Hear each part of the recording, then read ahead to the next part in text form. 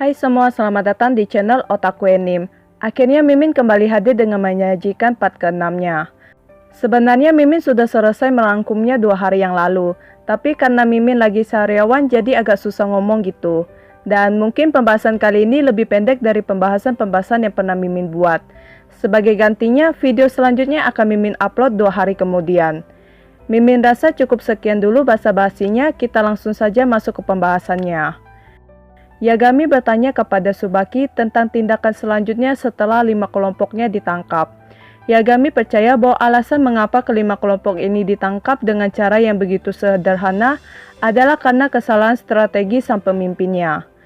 Tsubaki mengatakan bahwa daripada 5 kelompok yang tertangkap, ia yang malah akan menangkap kelompok lawan.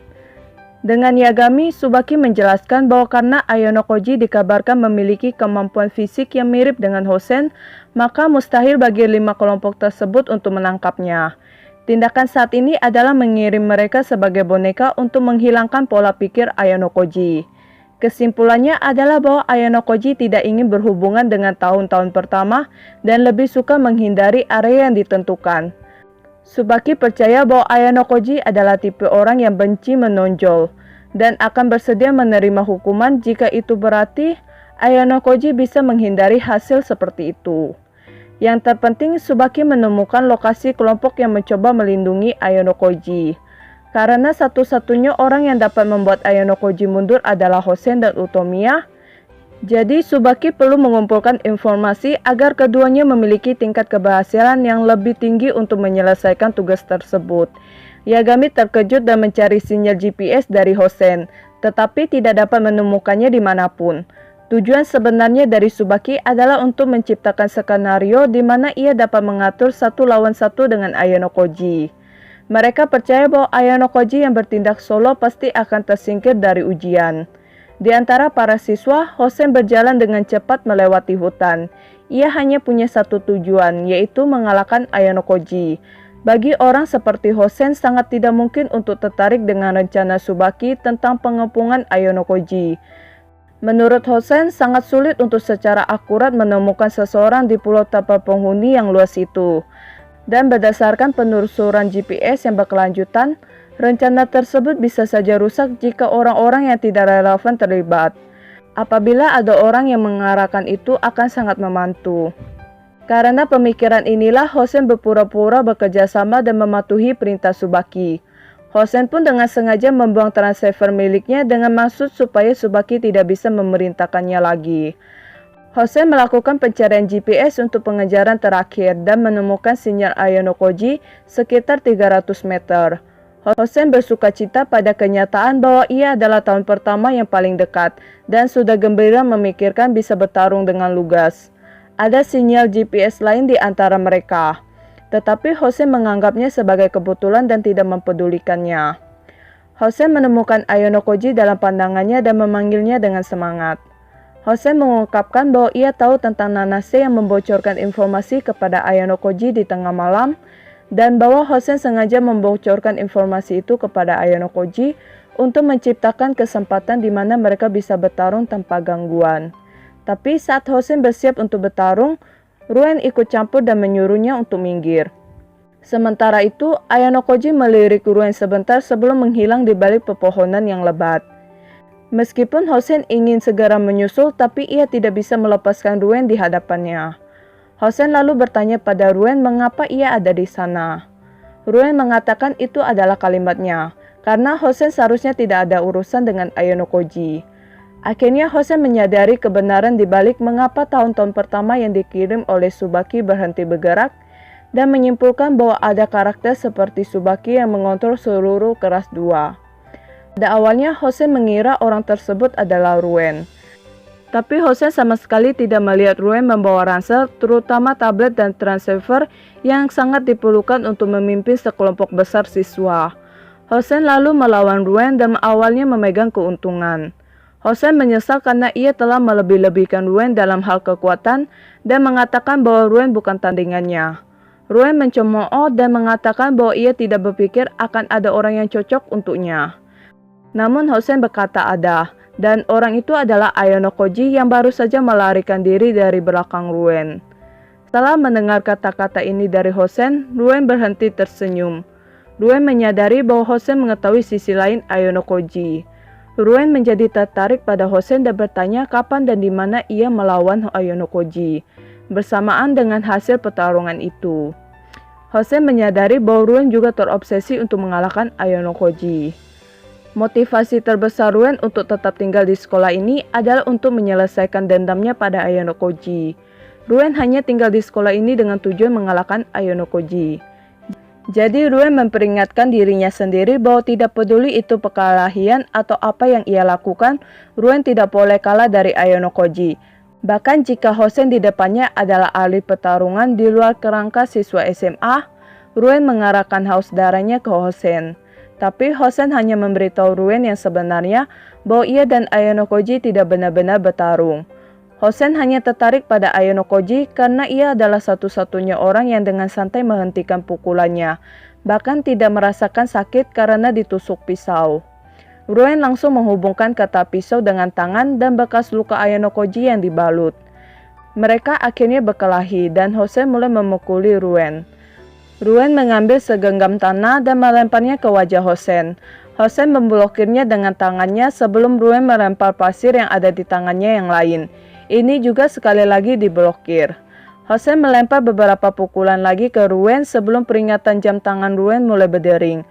Hosen berbalik untuk pergi, tetapi Ruen berdiri lagi dan mengatakan bahwa ia tidak pernah mengaku kalah. Ruen tidak mematikan peringatan alarm darurat pada jam tangannya. Hosen menyadari bahwa jika para guru datang sekarang akan terlihat seperti ia yang memukuli Ruen secara sepihak. Hosen menyebut Ruen menyedihkan. Hosen mengatakan bahwa sinyal GPS-nya telah dimatikan dan bahkan otoritas sekolah harus membutuhkan setidaknya 30 menit untuk tiba. Jadi Hosen hanya perlu menghabiskan Ruen sebelum itu. Saat ia menarik tinju kanannya untuk meninju, tiba-tiba kedua lengannya dicengkram dari belakang. Itu adalah Izizaki dan Albert. Hosen kaget karena saat melakukan pencarian GPS tadi, Hosen hanya menemukan sinyal Ayonokoji dan Ruen di sekitarnya. Hosen tidak bisa menyingkirkan Albert yang memiliki kekuatan yang sama dengannya. Izizaki dan Albert telah menonaktifkan jam tangan mereka dan menemani Ruen. Hosen mengeluh tentang itu menjadi 3 lawan 1. Tetapi Ruen melempar pukulan ke wajah Hosen. Meskipun berjuang mati-matian, Hosen tidak dapat melepaskan diri dari genggaman Albert dan malah mempertanyakan mengapa orang yang begitu kuat mematuhi Ruen sebagai bawahan. Di sini Albert tidak suka berkelahi tanpa konstruktif.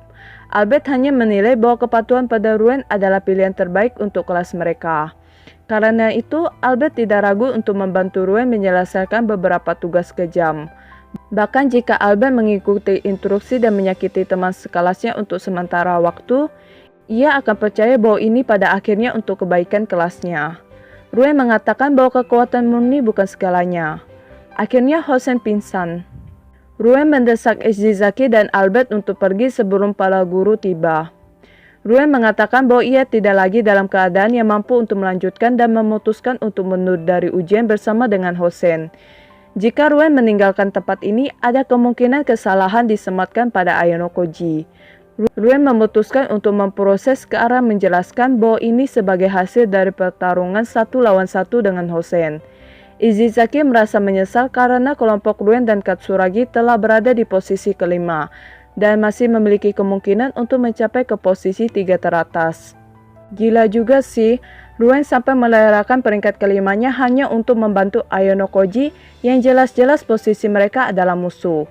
Ruen lalu meyakinkan mereka bahwa mereka tidak perlu khawatir dan mendesak mereka untuk pergi, agar Izizaki dan Albert dapat bertahan hidup. Sangat penting bagi mereka untuk memulihkan jam tangan mereka dan bergabung dengan kelompok sesegera mungkin. Oleh karena itu, mereka harus kembali ke titik awal secepatnya. Setelah Ruen mengusir mereka, ia duduk menggunakan tubuh Hosen sebagai bangku. Tsubaki menerima laporan dan menghentikan rencananya. Di sini Tsubaki merasa tidak puas dan menganalisis mengapa rencananya gagal. Yagami mencoba menghiburnya dengan mengungkapkan poin bahwa mereka masih dapat menargetkan siswa solo lainnya untuk membuat siswa kelas 1 100% aman. Tsubaki mengatakan bahwa tidak ada gunanya mencoba menyelamatkan kelompok dari bahaya. karena cepat atau lambat mereka tidak akan dapat bertahan. Tsubaki menyesali kenyataan bahwa ia tidak dapat mempercayai teman-temannya di kelas 1 dan mengatakan bahwa ia bisa melakukan lebih baik jika ia bekerja sendiri. Pada saat itu, Tsubaki tiba-tiba menyadari ketidakhadiran Utomiya. Tsubaki melihat kembali gambar GPS dari 10 menit yang lalu dan menemukan sinyal Utomiya 400 meter dari barat daya, berdiri di samping Kito dari kelas 2A. Kito sedang berjalan melalui hutan yang remang-remang.